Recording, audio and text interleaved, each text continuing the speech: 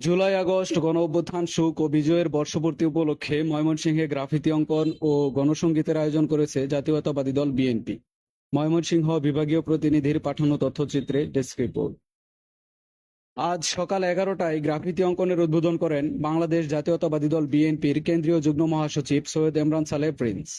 এ সময় দেয়ালে রং তুলি দিয়ে চিত্র অঙ্কনে অংশগ্রহণ করেন কেন্দ্রীয় নির্বাহী কমিটি সহ সাংগঠনিক সম্পাদক জনাব অ্যাডভোকেট শাহ মোহাম্মদ ওয়ারেস আলী মামুন, বিএনপির জাতীয় নির্বাহী কমিটির ময়মনসিংহ বিভাগীয় সহ সাংগঠনিক সম্পাদক জনাব আবু ওহাব আকন্দ, ময়মনসিংহ দক্ষিণ জেলা বিএনপির আহ্বায়ক জনাব জাকির হোসেন বাবলু, ময়মনসিংহ দক্ষিণ জেলা বিএনপির সদস্য সচিব জনাব মোহাম্মদ রুকনুজ্জামান সরকার রুকন, তারাকান্দা উপজেলা বিএনপির একমাত্র আহ্বায়ক জনাব মোতাহার হোসেন তালুকদার।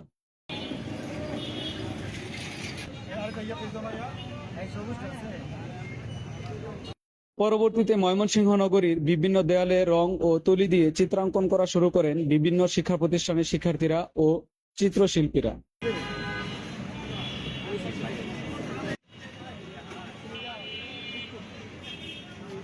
এ সময় প্রধান অতিথি সৈয়দ এমরান সালেহ প্রিন্স বলেন, ভারপ্রাপ্ত চেয়ারম্যান জনাব তারেক রহমানের নেতৃত্বে সারা বাংলাদেশে ৩৬ দিনের আমরা একটি কর্মসূচি গ্রহণ করেছিলাম।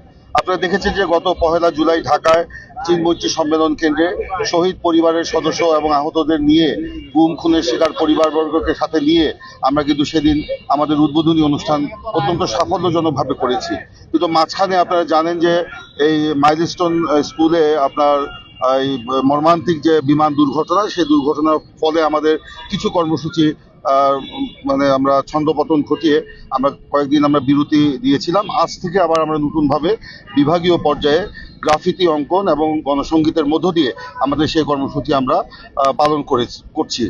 গ্রাফিতি বিশেষ করে এটা হলো আমার কোনো দেওয়ালে কিংবা কোনো একটা পাত্রে আমার নিজের অভিব্যক্তি, রাজনৈতিক অভিব্যক্তি বা আমার যে সামাজিক যে বার্তা, সেটাকে আমি পৌঁছাতে পারি। তো সেটার মধ্য দিয়ে একটা মুক্ত চিন্তার যে একটা বহিঃপ্রকাশ ঘটে, যেটা ছিল আমাদের সেই গণ অভ্যুত্থানের মূল একটা লক্ষ্য। সেই মুক্ত চিন্তার বহিঃপ্রকাশ ঘটানোর জন্যই আজকে কিন্তু আমরা সারা বাংলাদেশে বিভাগীয় পর্যায়ে এই গ্রাফিতি অঙ্কনের কর্মসূচি আমরা নিয়েছি। সাথে সাথে আজকে ময়মনসিংহ টাউন হলে আমাদের বিকাল থেকে গণসংগীত হবে, যে গণসংগীতগুলো মহান মুক্তিযুদ্ধ কিংবা ৯০-এর গণ অভ্যুত্থান কিংবা ২৪-এর গণ অভ্যুত্থানে আমাদেরকে প্রেরণা জুগিয়েছে, সেই গণসংগীতগুলো আমরা সেখানে পরিবেশন করব।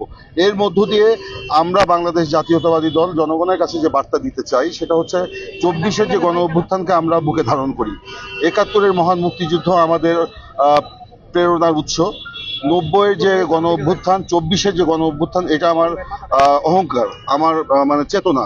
সেই চেতনাগুলোকে ধারণ করে আমরা আগামী দিনে নতুন বাংলাদেশ গড়তে চাই, যেটা হবে বৈষম্যবিহীন, যেটা হবে সাম্য, মানবিক মর্যাদা এবং গণতন্ত্রের বাংলাদেশ, যেটা আমার মহান মুক্তিযুদ্ধের লক্ষ্য ছিল এবং ২৪-এর গণ অভ্যুত্থানের লক্ষ্য ছিল। সেই লক্ষ্য বাস্তবায়নের জন্যই আমরা এই জুলাই আগস্ট মাসকে স্মরণীয় করে রাখার জন্য আমরা শোক এবং আনন্দের যে আবহ, সেটাকে সংমিশ্রণ ঘটিয়ে আমরা আমাদের কর্মসূচিটা পালন করছি।